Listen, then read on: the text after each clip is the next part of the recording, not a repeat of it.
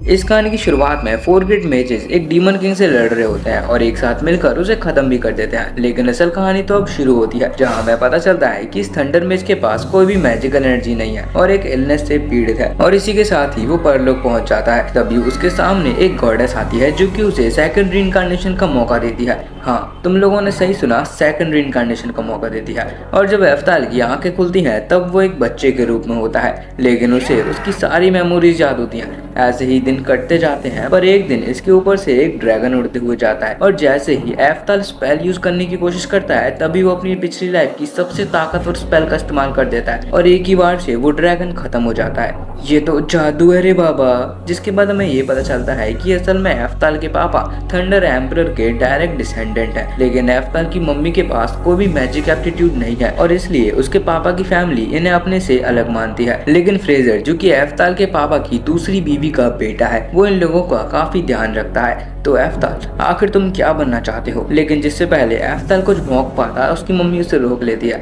और एफ्ताल के magic aptitude के बारे में बताती है, जिस पर फ्रेजर एफ्ताल को स्वॉर्ड्समैनशिप सिखाने के लिए तैयार हो जाता है। लेकिन एफ्ताल को तो जाना था मैजिक एकेडमी, इसलिए वो फ्रेजर से उसकी जिद करने लगता है, जिस पर फ्रेजर उसे एक स्पेल को कॉपी करने को कहता है और अगर उसने ऐसा कर लिया तो वो मैजिक एकेडमी जा सकता है। इसी के साथ फ्रेजर इनकांटेशंस बोलते हुए एक लेवल 2 की विंड स्पेल को कास्ट करता है और उसी में ही बेचारा पानी दे जाता है। वहीं एफ्ताल बड़ी ही आसानी से लेवल 4 की स्पेल को कास्ट कर देता है और इसे देखकर तो बेचारा वहीं बेहोश हो जाता है। जिसके बाद एफ्ताल को पता चलता है कि असल में इन 400 सालों में इस दुनिया के अंदर मैजिक लेवल्स काफी गिर चुकी हैं और इसी के पीछे के सीक्रेट को जानने के लिए एफ्ताल फिर से फ्रेजर से जिद नहीं करता और जो पहले हुआ है उसे एक बस बुरा सपना बता देता है और अब स्वॉर्ड्समैनशिप पर फोकस करने लगता है। तभी एक दिन फ्रेजर एफ्ताल को एक नए कोच से मिलवाता है जो कि दिखने में बिल्कुल सांड जैसा लग रहा था, लेकिन फिर भी ये काफी फास्ट था। तभी एफ्ताल फिजिकल एन्चांटमेंट का इस्तेमाल करते हुए उसकी तरफ बढ़ता है।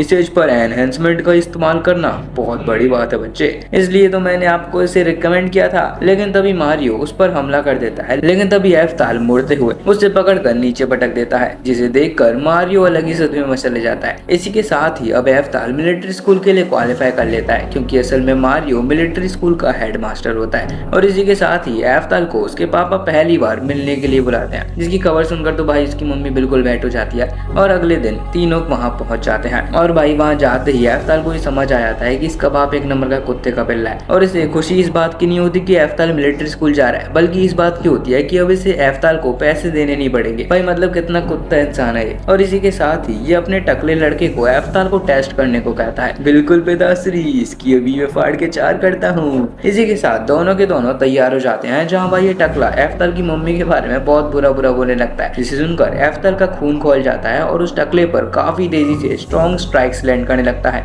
अबे क्या ये वही लड़का है जो अभी 2 मिनट पहले था? और तभी एफ्ताल एनहांसमेंट का इस्तेमाल करता है और एक ही बार से उस टकले को हरा देता है। अगर तूने फिर से मेरी मम्मी के बारे में कुछ भी बोला तो अगली बार मैं तुझे मार डालूंगा। और भाई एफ्ताल की ताकत देखकर इसका भी पानी निकल जाता है। जिसके बाद हम अगले दिन फ्रेजर और मोरिस को देखते हैं, जो कि अपने साथ इस कंट्री का प्रिंस लाए थे, क्योंकि अभी कंट्री की मेन फोर्सेस किंगडम में नहीं है और बारबेरियंस ने हमला कर दिया है और इसलिए सबसे सेफ जगह इन्हें यही लगी थी। और इसी के साथ ये अगले दिन मेन आर्मी से मिलने जाने लगते हैं। तभी इनके साथ एफ्ताल भी चलने लगता है और ये लोग जंगल से होते हुए जा रहे होते हैं, पर तभी इनके सामने होती है ड्यूक की पर्सनल सेज डिवीजन, जहाँ एफ्ताल का बाप ड्यूक बैठा होता है। लेकिन तभी फ्रेजर अपने बाप से बात करने जाता है, लेकिन भाई ड्यूक उसे लाइटनिंग स्पेल से पकड़ लेता है और अगले ही पल अपने खुद के बेटे को मरवा देता है। लेकिन अपनी आंखों के सामने फ्रेजर को मरते हुए देखकर एफ्ताल बावड़ा हो जाता है और तभी लेवल 9 वाटर स्पेल का इस्तेमाल करता है, जिससे पूरा जंगल ही जमा देता है। अब अभी देख क्या रहे हो, मारो उसको। और इसी के साथ सभी फायर एरोस का इस्तेमाल करते हैं, लेकिन उससे भी एफ्ताल को खरोच तक नहीं आती। ये बच्चे वाली स्पेल का इस्तेमाल करते हो, अपने सबसे ताकतवर अटैक करो। और ड्यूक के इस ऑर्डर से सभी के सभी लेवल 6 की नाइटनिंग स्पेल फोकस्ड ब्लास्ट से हमला करते हैं, लेकिन एफ्ताल उसे अपने मैजिक गार्ड से ब्लॉक कर देता है। और इसी के साथ ही अपनी लेवल 10 एफ्ताल स्पेल को इस्तेमाल करता है। अरे बाप रे, लेवल 10 की स्पेल! और उस स्पेल से सबको वहीं खत्म कर देता है और इन दोनों को भी पकड़ लेता है, जिनका बाद में एग्जीक्यूशन भी हो जाता है और फ्रेजर अपने बाप की प्रॉपर्टी का मालिक बन जाता है। और इसी के साथ ही एफ्ताल की मैजिक एबिलिटीज का सीक्रेट सिर्फ अब इन तीनों के बीच रहता है। तो अब तुम क्या करना चाहते हो एफ्ताल? मैं मैजिक एकेडमी में जाना चाहता हूँ। इसी के साथ एफ्ताल अब 15 साल का एडल्ट हो चुका होता है और एक नई जर्नी की शुरुआत करता है, जहाँ उसे रास्ते में एक टी हाउस मिलता है जहाँ ये थोड़ा चाय पानी के लिए रुकता है। पर वहाँ हम एक फ्लेम मेज को देखते हैं जो कि ए रैंक एडवेंचरर था और उसके साथ एक डीमन गर्ल भी होती है जिसे अपनी वो वाली स्लेव बनाना चाहता है और इसलिए इस पर एक स्लेव क्रेस्ट लगा दिया होता है और जैसे ही ये फुली सील हो जाएगा तभी इसके साथ ये कुछ भी कर सकता है। हाँ, जो तुमने सोचा वही। जिसे देखकर एफ्ताल को अंदर ही अंदर जलन तो हो रही होती है, पर तभी वहाँ एक आदमी आता है और ये लोग बाहर एक जाइंट ऑर्क को देखते हैं जिस पर भाई ये एडवर्ड अपनी लेवल 4 की स्पेल का यूज करता है और लड़कियों के सामने स्टाइल मारने लगता है। लेकिन उसकी इस स्पेल से इसको ऑर्क को एक खरोच तक नहीं आती, क्योंकि असल में ये ऑर्क बरसरकर होता है और नॉर्मल ऑर्क से काफी ताकतवर होता है ये। और भाई अपनी मोस्ट पावरफुल स्पेल को फेल होकर देखकर ये साला अपने आप को बचाने के लिए बाकी के लोगों को वहीं पकड़वा लेता है, उन्हें एक प्रोटेक्शन के अंदर बंद उस ऑर्क के साथ कर देता है जिससे ये खुद यहाँ से भाग सके। लेकिन तब ये एफ्ताल उसकी इस स्पेल को तोड़ देता है और उस ऑर्क पर अपनी लेवल 3 की स्पेल का इस्तेमाल करता है और भाई एफ्ताल की सिर्फ लेवल 3 की स्पेल से ये मॉन्स्टर मरने लगता है। और असल में ये सब इसलिए हुआ था क्योंकि एडवर्ड ने अपनी स्पेल को ढंग से रिफाइन नहीं किया होता, इसलिए वो वीक होती है। और बाकी एफ्ताल का तो सच हमें पता ही है। वहीं जाते जाते एफ्ताल एडवर्ड से इस लड़की को छोड़ने की कहता है और बेचारे डर के मारे तुरंत ये काम कर देता है। लेकिन भाई ये तो हमारे एफ्ताल के प्यार में ही पड़ जाती है और रास्ते में उसका पीछा करने लगती है। अच्छा ठीक है, तो अब बाहर भी आ जाओ। तब ये डीमन वहां आती है और अब ये एफ्ताल को अपना मास्टर बनाना चाहती है क्योंकि अब इसके ऊपर एक स्लेव क्रेस्ट लग चुका है। तो अगर इसने किसी को मास्टर नहीं बनाया तो कोई भी आता जाता आदमी इसे यूज कर सकता है। और बस यही नहीं बल्कि ये डीमन रॉयल्टी से भी है और हेड मिस्ट्रेस मर्लिन की भी रिलेटिव होती है। और असल में मर्लिन एफ्ताल के पिछले जन्म में उसकी बिलव्ड स्टूडेंट थी और इसलिए एफ्ताल इसका मास्टर बनने के लिए मान जाता है और इसका नाम है एंथ्रेशिया। जिसके बाद ये लोग एक बहुत बड़े लग्जरी होटल में आते हैं जहाँ भाई एंथ्रेशिया नीचे बैठ जाती है। लेकिन भाई फिर एफ्ताल उसे बड़ी मुश्किल से ऊपर बैठाता है, पर तभी वहाँ एक वेटर आता है जो कि एफ्ताल को लोअर क्लास बताते हुए इस स्लेव को बाहर रखने को बोलता है। लेकिन जैसे ही एफ्ताल इसे ये दिखाता है तभी ये इसका कुत्ता बन जाता है क्योंकि असल में ये ड्रैगन ड्रॉप होते हैं जो कि 5000 गोल्ड बिस्किट के बराबर है। और तुरंत ही इन दोनों को VIP रूम दिया जाता है। जिसके बाद अगले दिन ये दोनों मैजिकल एंट्रेंस एग्जाम के लिए जाते हैं जहाँ पहला राउंड एक बैटल रोयल होने वाला था, जो कि जैसे ही शुरू होता है तभी एंथ्रेशिया और एफ्ताल को ये लोग घेर लेते हैं। लेकिन तभी लोग उड़ने लगते हैं आई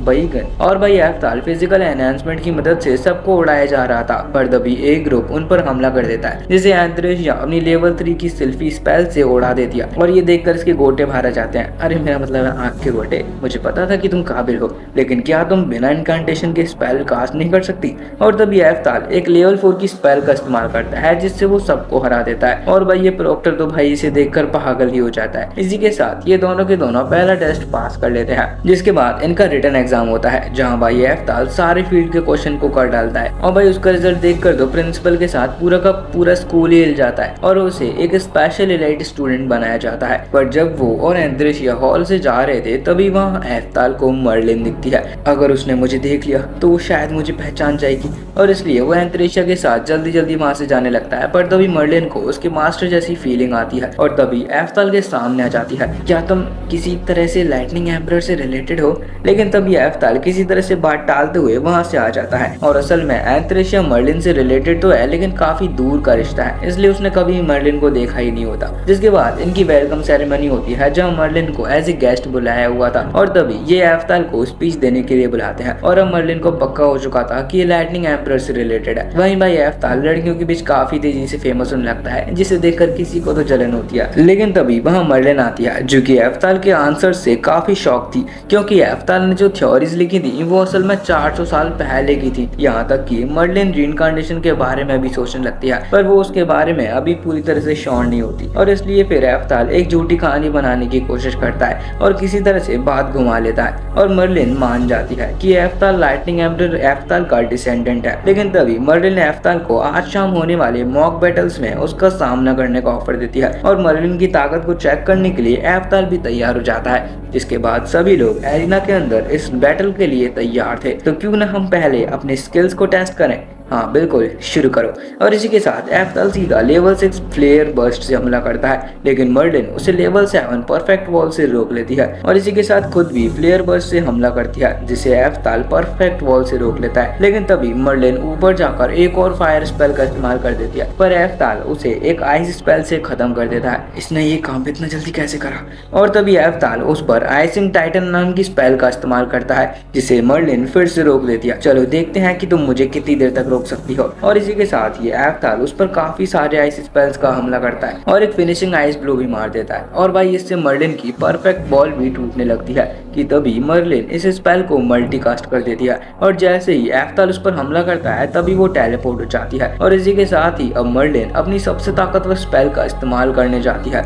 अगर तुमने इसे छेड़ लिया तो मैं हार मान लूंगी। और भाई इसी के साथ ही ये थॉर हैमर नाम की लाइटनिंग स्पेल का क्वाड कास्ट कर देती है और भाई बहुत सारी लाइटनिंग इसके चारों तरफ आने लगती है। तभी एफ्ताल भी अपनी लेवल 10 की स्पेल का इस्तेमाल करता है, जिससे ये सारी लाइटनिंग को एब्जॉर्ब करने लगता है और इसी के साथ एफ्ताल मैजिक कैंसिल से सब कुछ खत्म कर देता है। और भाई इन सब से मर्लिन ये तो समझ चुकी होती है कि एफ्ताल ही वो पुराना वाला एफ्ताल है और एफ्ताल भी अपने रिइंकार्नेशन वाली बात को बता देता है। वहीं भाई सभी के सभी एफ्ताल की तरफ पागलों की तरह बढ़ने लगते हैं और तभी मर्लिन उसे ले जाने लगती है और उसे एक मैंशन के पास लाती है, जो कि असल में पहले एफ्ताल का ही मैंशन था और अब उसमें मर्लिन रह रही होती है। इसी के साथ वो एफ्ताल का एडमिशन अब अपनी मैजिक अकेडमी में करने की कहती है, जिससे एफ्ताल बिना किसी डर के मैजिक पढ़ पाएगा। और इसी के साथ ही एफ्ताल उसे गले लगा लेता है, मतलब इसे गले लगाना तो नहीं बोलोगे ना। और दोस्तों इसी के साथ ही इस एनिमे का पहला पार्ट यहीं एंड होता है। मिलते हैं नेक्स्ट एपिसोड में, तब तक लिए बाय बाय।